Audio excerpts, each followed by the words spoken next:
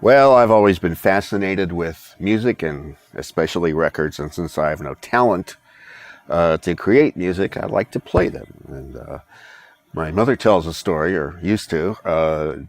When I was in my crib, the only thing that would get me to shut up and stop crying is if she put on some music.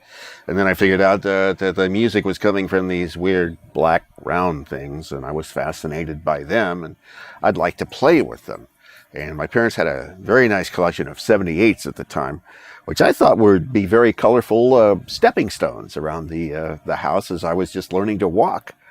And then I thought, well, the labels are pretty, but the black part's kind of ugly. Maybe I can decorate it a little bit. So I got out my crayon set and I decorated all my parents' 78s, much to their delight. So they got me my own record player. It was a little, I don't know if it was a Fishure-Price, but it had a little spindle.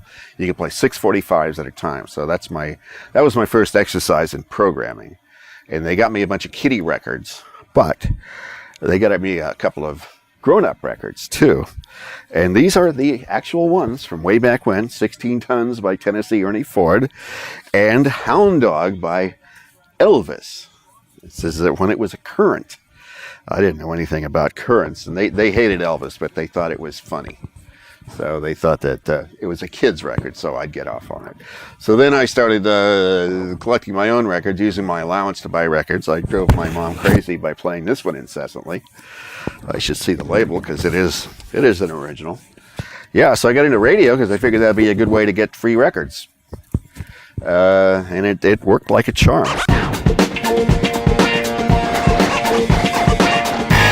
Right, I got it. Thanks.